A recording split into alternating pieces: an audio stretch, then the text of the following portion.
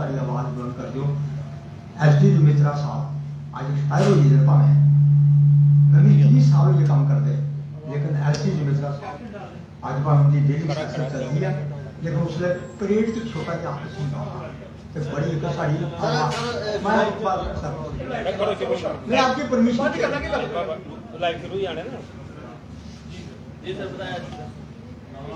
नमस्कार सर, मैं Bansilal Chaudhary, convener OBC महासभा।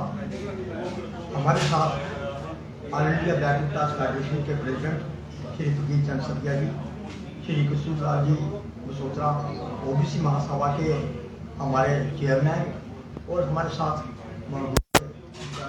कटारिया जी, हमारे साथ खोदरा साहब और बल्डोत्रा साहब। आज की जो प्रेस कॉन्फ्रेंस हमारी, ये तो जॉइंट पर प्रेस कॉन्फ्रेंस है।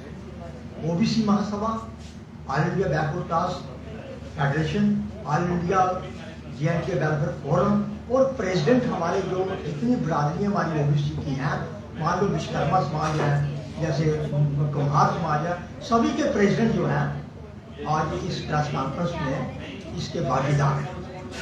प्रेस कॉन्फ्रेंस का हमारा आज मेन मकसद है कि ये देखिए संविधान की धारा 243D636, इसमें ये लिखा हुआ है कि जब कभी भी म्यूनिसिपैलिटी, अर्बन लोकल बॉडी या पंचायती राज सिस्टम का चुनाव होता है तो उसमें ओबीसी को कोई आरक्षण मिलना चाहिए, क्योंकि अगर आप जम्मू से लेकर पुंछ चले जाएंगे, पुंछ से लेकर वापस अगर लखनपुर आएंगे, आपको ढूंढे ओबीसी का सरपंच, पंच और कारपोरेटर नहीं मिलेगा।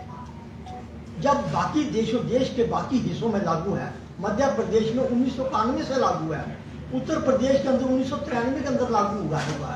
तो इसका मतलब कहने का कि जो निकाय चुनाव अभी आपने देखा होगा कि 4 सितंबर 2023 को जो चीफ इलेक्शन अफसर है उसने एक नोटिफिकेशन निकाला कि ये सीटें रिजर्व की गई हैं।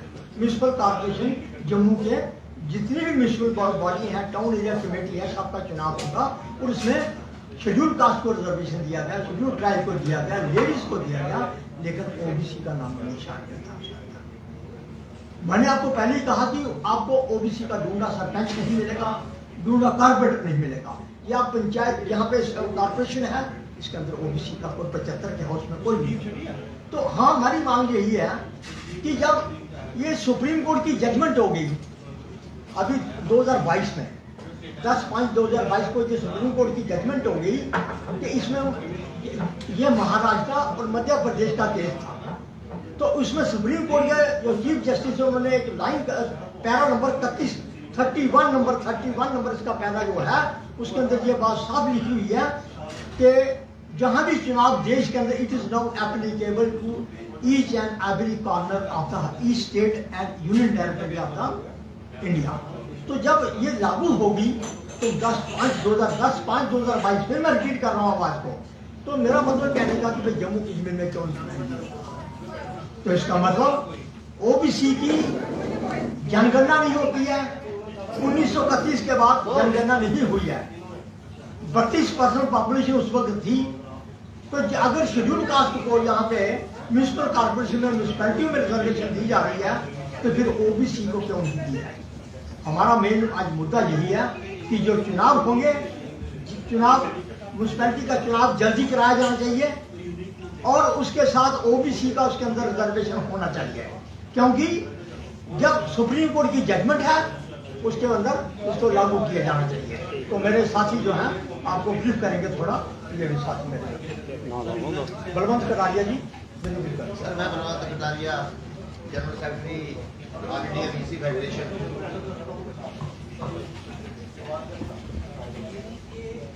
जैसा कि मेरे साथी बोल रहे थे, democracy is a government of people by the people and for the people. तो आज का मेन मुद्दा ये है कि अर्बन लोकल बॉडी और पंचायती राज में ओबीसी का आरक्षण होना चाहिए, ये हमारी डिमांड है। क्योंकि जम्मू कश्मीर की बात करें तो जम्मू कश्मीर में 8% शेड्यूल कास्ट हैं, उनको 8% रिजर्वेशन में भी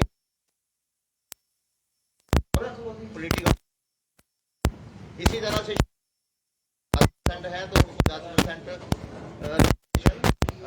असेंबली में भी है, लोकल बॉडीज में है, पंचायत में है और जॉब्स में भी है। लेकिन ओबीसी की पॉपुलेशन 30% है जम्मू कश्मीर में, उनको कोई रिजर्वेशन नहीं है। जॉब में 4% है और पंचायती राज, लोकल बॉडी और असेंबली में उनको रिजर्वेशन। तो अब जबकि सुप्रीम कोर्ट की जजमेंट आ चुकी है और मामला क्लियर हो चुका है, तो इसलिए ओबीसी ये डिमांड जम्मू कश्मीर की है, हम ये डिमांड करते हैं सरकार से कि ओबीसी को भी उनका ड्यू शेयर जो है वो अर्बन लोकल बॉडीज और पंचायती राज में और असेंबली में भी मिलना चाहिए। तभी ये डेमोक्रेसी जो है, हम ये कह सकते हैं कि हमारी दुनिया की सबसे बड़ी डेमोक्रेसी है, सबसे बेहतरीन डेमोक्रेसी है। तो 30% पॉपुलेशन जो ओबीसी की पॉपुलेशन है उसको